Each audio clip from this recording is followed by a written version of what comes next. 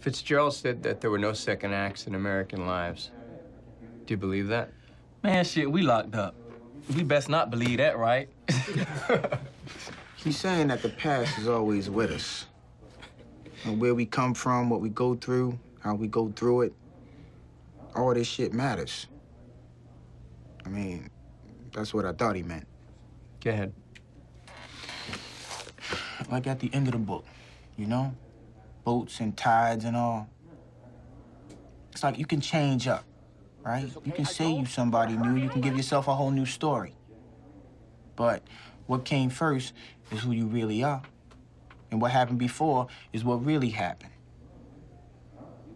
And it don't matter that some fool say different, because the only thing that make you different is what you really do or what you really go through. Like, you know, like all them books in his library. Now, he fronting with all them books. But if we pull one down off the shelf, ain't none of the pages ever been open. He got all them books, and he ain't read near one of them. Gatsby, he was who he was, and he did what he did. And because he wasn't ready to get real with the story, that shit caught up to him. I mean, I think, anyway.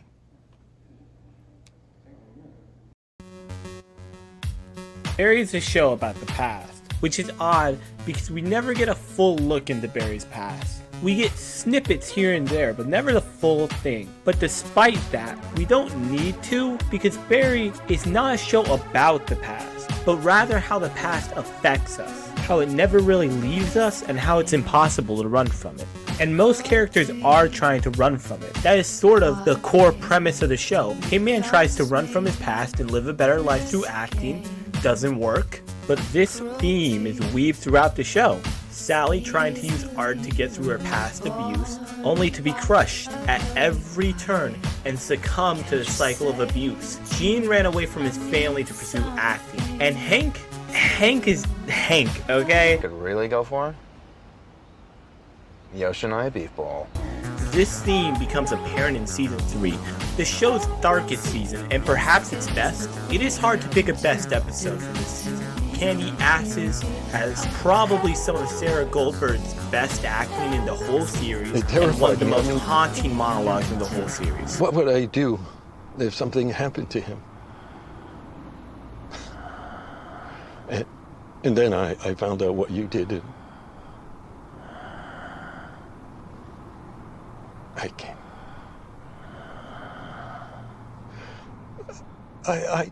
I could leave you here and you'll rot.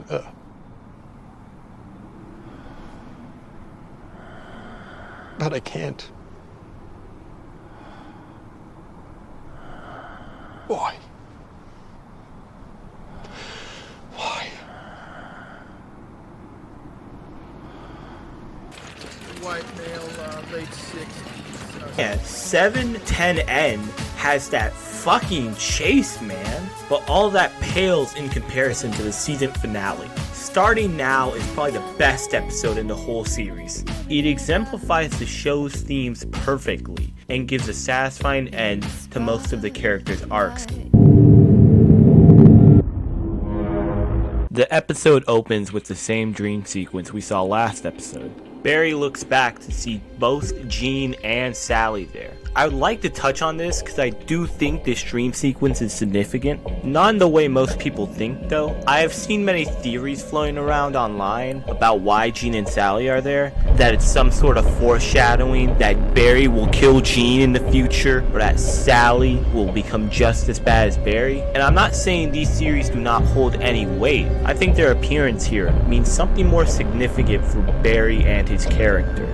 The dream sequence is basically Barry's own personal version of hell. Throughout the series, Barry tries to leave the life of being a hitman and become an actor. It starts as a way to get out of his depression, find a purpose in life. but it seems to morph into something more. Barry wants to be a good person. His reluctance to kill Ronnie and Lily, and his guilt over killing is shown throughout the series. He wants to be a good person, he wants to stop killing, but can't due to his sense of self-preservation. Barry wants to be a good person, but he will gladly damn others if it means keeping himself safe. The dream symbolizes all of Barry's victims coming to haunt him over the series. All the lives he's ruined and all the people he's killed will torture him for all of eternity. Constant reminders of his failure to change and proof that his acting class was right. His soul is fucked. Wait, I should just go blow my brains out because there's no hope for me, right? My soul's fucked because I was ordered to kill someone and I did it. Sally and Jean are there because in a way, they are both victims of Barry. Jean may have gotten a nice job because of Barry, but he also lost his girlfriend, his acting class, and had his family threatened because of Barry. Sally is also here, but we will talk about her appearance later. We check back in with Jean, and he is organizing a live performance of his acting show that will be live streamed into movie theaters. Jean says they should do Annie's play for the live show, someone he has wronged in the past. And I like this small little moment. Jean's arc in seasons 2 and 3 run parallel to the rest of the cast. As Barry and Sally try to move on from their past and try to live better lives, only through outside forces and personal failings to repeat the same mistakes over and over again with worse consequences, Jean seems to actually make amends with the people he has wronged. He made amends with his son and his family, along with Annie. Then he gets an ominous call from Jim telling him to meet him at his house in 17 minutes. Then it transitions into fuck Fuchs. Okay, I hope he dies. Anyway, so we meet Sally. No.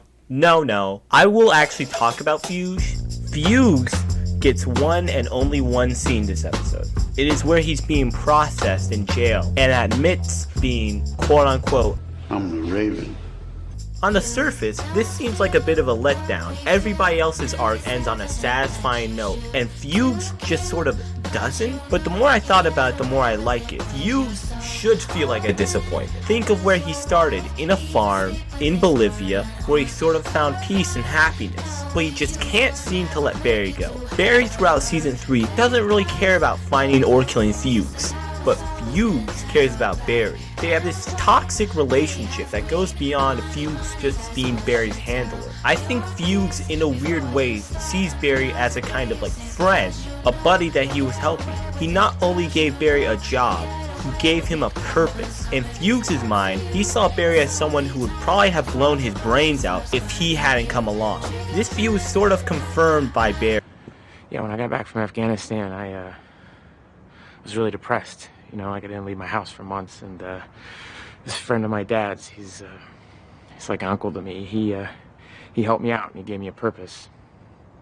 But when Barry tries to leave Fuchs, he gets angry. He tries to ruin Barry's life when he sees that he has replaced him and found a new purpose in acting. And in Fuchs' mind, a new handler in Jean. Fuchs is someone who cannot let go of the past. Throughout season 3, he's given multiple opportunities to leave his past behind, to let Barry be, but he doesn't. He leaves his idealistic life on a farm in Bolivia to return to LA to ruin Barry's life. He tries to get the victims' families of Barry to hunt Barry down and kill him, and nearly gets killed in the process. He ends up on another idealistic farm that seems almost too good to be true, but then decides he can't let go of the past and goes to pursue Barry, telling Jim Barry killed his daughter and telling Albert that Barry killed Chris, then ending up in jail. Fuchs' final scene is meant to feel empty because it should feel empty. He abandoned his chance at a happy life twice. For what? He only succeeded in ruining more lives and getting Barry to kill more people. Barry doesn't even get taken down as a result of anything Fuchs did. He gets taken down as a result of what Jean and Jim did. Fuchs didn't gain anything this season and refused to leave his past behind. As a result, he ended up alone in jail. Next, we got Jean's interrogations, and it is probably the first really intense scene of the year. Jim leads Jean to his garage, which only has 2 chairs in it. Jean is confused by this but sits down anyway. Jim begins to yell, asking if he loved his daughter and if he loves Barry Burke. And I just love how well directed this scene is. The camera slowly zooms in to focus on Gene's face as he slowly begins to crack under the pressure of the interrogation. As he begins to cry, the camera is fully focused on his face, and we can't look away or at anything else. The shot makes us feel just as stressed as Gene must feel. Adding to this stress is the fact that the scene fades out before Gene confesses, so we do not know if he gives up Barry until later. I do like how each scene fades into the next. It gives this uncomfortable feeling of having to sit with a lot of uncomfortable scenes longer than you would normally have to, and lends this sort of nightmarish quality to the ep. The next scene is the one where Barry goes to his apartment and meets. This scene is the most stressful in the episode. Holy shit. Okay, let's back up a minute. Sally is a great character, and I feel like that doesn't get discussed as much as Barry's character, or Hank's, which sucks. Sally is one of the best examples of running from your past in the show. Sally has been through some shit, okay? She has a history being abused by her husband, which she left in the middle of the night and told herself the story of how she heroically left after he hit her and never confronted this until years later. She suppressed her rage, her resentment, and her trauma and channeled it into a play, which was successful and got her a TV show. Her arc in season 3 is basically the show crushing Sally until she breaks. She gets her TV show canceled after one episode, breaks up with Barry after he reveals he is just as violent and toxic as her last boyfriend. She gets a worse job at a writer's room, only to find out her friend and someone she thought was beneath her has her own show which is similar to hers. And that is when she screams and breaks down. She lets out all this internalized abuse and anger and resentment out on this poor woman, and then she goes back to Barry, and that's where we meet her, asking Barry to perform the same kind of violence she reacted with disgust at. And one of the biker dudes who were hunting Barry earlier in the season shows up and attacks Barry. And I really like the subtle jump scare of him being there. He just sort of appears in the doorway, and the show doesn't really draw any attention to it until he attacks Barry. He knocks Barry out and begins to choke Sally, and it's one of the most intense scenes in the show, not just because the scene goes on for a minute. It has just a minute of Sally being choked, and we see her attempts to fight back with no avail. And I also really like this shot of Sally looking at Barry's unconscious body. It is framed like we are looking at it from Sally's point of view, and it really helps portray how hopeless this situation is. But what makes this scene especially scary is that this harkens back to the abuse she suffered at Sam's hands. Sam would beat her and often choke her, and this situation would likely bring all these memories flooding back. When it looks like he has just about killed her. Fuck. I have seen a lot of scenes of brutal violence in shows and movies, but this one feels so unnerving. It is probably the fact that she doesn't directly stab him in the eye, but stabs him in the neck, and it poked him from the back of the eye. And what makes this scene so scary is how real it is. He's in shock at first, and he thinks she stabbed him in the eye, not that she stabbed him in the back of the neck, and it causes him to stumble around. And it's so real. In most movies and TV shows, when somebody gets stabbed in the eye, they usually scream out in pain or there's some sort of reaction, but him having this muted, almost non-reaction creates this like anticipation and just horror and sense of dread for when he finds out that she stabbed him in the neck, and it's super fucked up. But what makes this scene sad is seeing Sally snap. Sally has always been the straight man in the show. Even when the show was a comedy, her storylines were always a bit more grounded in reality compared to somebody like Barry or Hank. Seeing her snap like this and become capable of the same level of violence as Barry is heartbreaking. And Barry comforting her afterwards is in a way tragic. Barry always saw Sally as the perfect woman, someone to project his feelings onto and his moral compass. She is sort of the main reason why he's trying to be better and why he didn't kill Esther until the end of season 2. Seeing her finally pushed over the edge because of something Barry did is what makes this all the more tragic. Which is why we see her in the dream sequence earlier in the episode. She's as much a victim of Barry as those biker dudes were. Yo, what the fuck is going on with Hank, bro? What the fuck was that? On the surface, Hank's story doesn't seem to relate to the theme of running away from your past and the consequences of your past mistakes, but it does, just not Hank's. Cristobal is the one who's running away from his past and the consequences of his actions. Cristobal left his family and wife for Hank, and Hank spends the whole season trying to get rid of Cristobal's family, even blowing up his father-in-law. But Cristobal still had to face the consequences of leaving his family and running from his past. It adds to the sadness to what is probably the most nightmarish part of the ep. Hank hearing his men being eaten alive and just seeing Cristobal being electrocuted by his wife is horrifying. And the ominous note it ends on, not knowing if Cristobal survived the ep or not, is sad because Cristobal is sort of doing what Barry has been trying to do this whole series. He is trying to escape his past and build a better life for himself, only to be beaten down at every turn. The next scene, we meet up with Barry as he is burying the guy Sally killed. It seems fine until...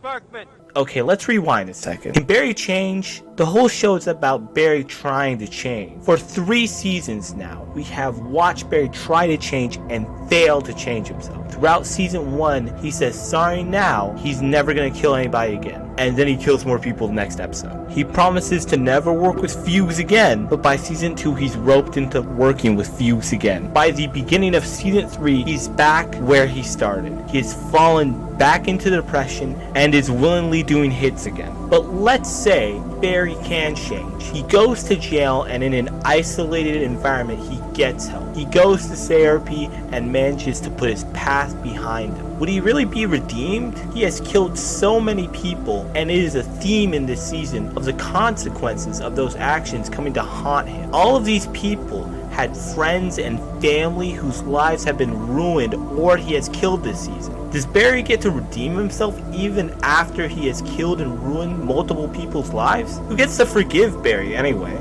And it is clear throughout season 3 that Barry is a maniac. He tortures Gene and forces him to tell Barry he loves him. He screams at Sally and causes the death of multiple innocent people. It is clear that he is back to where he was at the start of the series, if not worse and more unstable. Albert is sort of a stand-in for the viewer in this scene. He is less of a character and more someone the show uses to judge Barry. He knows Barry better than anyone. The first time Barry killed anyone in anger, it was because someone shot Albert. It was also the first time he killed an innocent person too. He starts the scene angry at Barry. Just like the viewer, his sympathy for Barry is virtually gone. But when he sees him break down, his face shifts. He forgives Barry for killing Chris, and in a way gives Barry his soul back and gives him a second chance. Albert was the first person Barry killed for, and the person that started Barry's life on the tragic path he is on now. He has seen the good and bad within Barry and tells him he's not a bad person and decides to give him his soul back. This whole season is about the consequences of Barry's bad decisions coming back to haunt him. But this scene is the consequences of the one good thing Barry did, helping save Albert's life,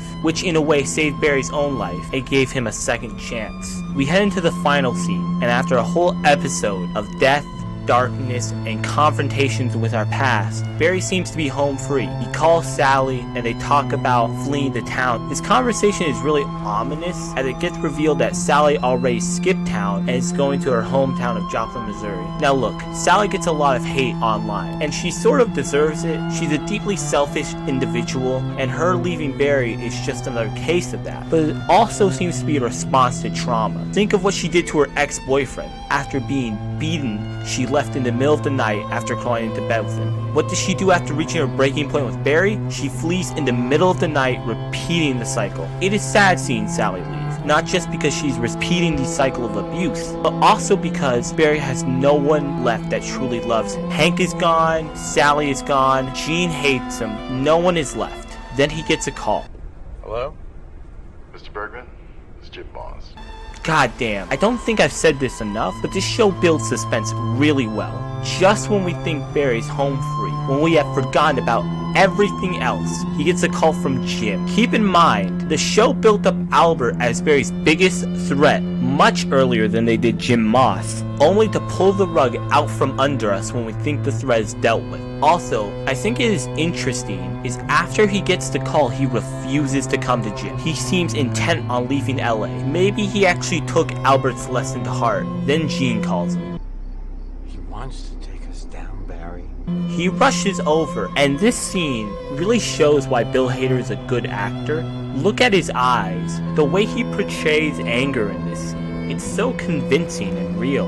Gene tells Barry that Moss knows everything, and this scene right here sums up Barry's character in a nutshell. Barry was going to leave town until he heard Gene was gonna kill Moss. He came over to protect Gene, and in a way he wanted to do something noble. Barry loves Gene, and if anybody else tried to kill Barry like Gene did, they would be dead. But Gene, Barry makes an exception for because he loves Gene. He takes the gun from Gene because he wants Gene to not throw his life away like Barry did, not be damned like Barry is. But when Gene tells Barry Moss knows, his demeanor shifts. All that changes. Nothing else matters at this point. Moss has to die. It doesn't matter if he is an innocent person, Moss has to go. It is self-preservation. Barry, at the end of the day, wants to be a good person, but he also doesn't want to face consequences for his actions. Barry doesn't want to repent. He wants absolution. Barry will sacrifice many innocent lives for his own. So he goes to kill Moss, and just as he is about to pull the trigger, freeze! Drop the fucking gun! It is a shocking scene, but it is ultimately what he deserved. Barry wants to be absolved for his past actions, which is why he tortured Gene in the first few episodes. He wants Gene to absolve him of his sins, but Gene won't. And why should he? Barry looks shocked that Gene would betray him, but he shouldn't. Just because he got Gene a job and gave him a lot of money doesn't mean it makes up for killing his girlfriend. Not only that, but Barry hasn't grown from that moment. He was going to kill another Moss to protect his new life again. At the end of the day, Barry will put anybody before himself if it means he won't have to face consequences for his actions. But his past caught up with him. And the sad thing is, after Barry is arrested, there is this shot of Jim Moss just standing there after the cops leave. And it feels so sad and empty. He is just one more person whose life Barry ruined. And despite the fact that Barry was caught, that doesn't mean Jim Moss's life is suddenly so much better. At the end of the day, he still has to go into that empty house, and his daughter will still be dead, and nothing will change that. It is a sad ending, but one I think is fitting. The final scene shows us, for as much sympathy as we give Barry, his actions had consequences. Not just on him, but the people around him, the people he doesn't know, and people from his past. He can't just spend the whole show running from that. And that's why I think makes this episode so good. Not just because it brings every character's arc to a satisfying end, but it exemplifies the show's themes in a microcosm, running from your past.